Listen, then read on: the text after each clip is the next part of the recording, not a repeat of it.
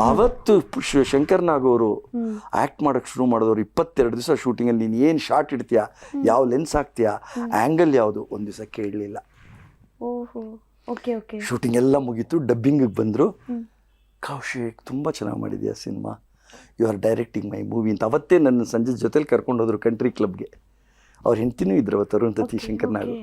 ಅವತ್ತೇನೋ ಒಂದು beer offer, is a beer lover Shankar ನಾಗ್.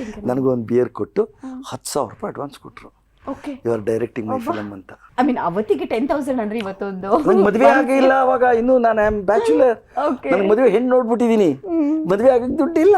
ಅದು ದೊಡ್ಡ ಅಮೌಂಟು ನನ್ನ ದೃಷ್ಟಿನಲ್ಲಿ. 10,000 ಮದುವೆ ಏನು ಅಂತ ಒಂದು ಲೆವೆಲ್ಗೆ ನಂಗೆ ಒಂಚೂರು ಹೋಗಿ ಅವಳು ಕರ್ಕೊಂಡು ಒಂದಿಲ್ಲ ದೇವಸ್ಥಾನದ ತಾಳಿ ಕಟ್ಸ್ಕೊಂಡ್ಬರ್ಬೋದು, 4 ಜನ ಊಟ ಹಾಕಿ.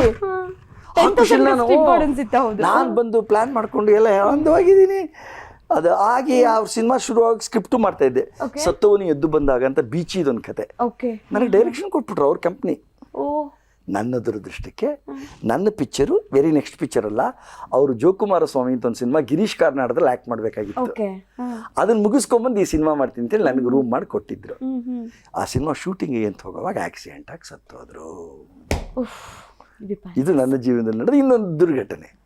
ಅವತ್ತೇನಾರು ಅವ್ರು ಸಾಯ್ದೇ ಇದ್ದಿದ್ರೆ ನನಗೆ ಓಪನಿಂಗ್ಗೆ ಕ್ರೆಡಿಟ್ ಏನು, ಶಂಕರ್ ನಾಗ್ ಸಿನಿಮಾಗೆ director Kaushik and Shankar Nag is the producer. ಅದೆಂಥ ಕ್ರೆಡಿಟ್ ಅದು ಅಲ್ಲ. ಈ ಥರದ್ದು ಕೆಲವು ನಮ್ಮ ಲೈಫ್ ಮಿಸ್ ಆಗುತ್ತೆ. ಆಮೇಲೆ ಭಾಳ ನನಗೂ ಡಿಸಪಾಯಿಂಟ್ ಆಯಿತು.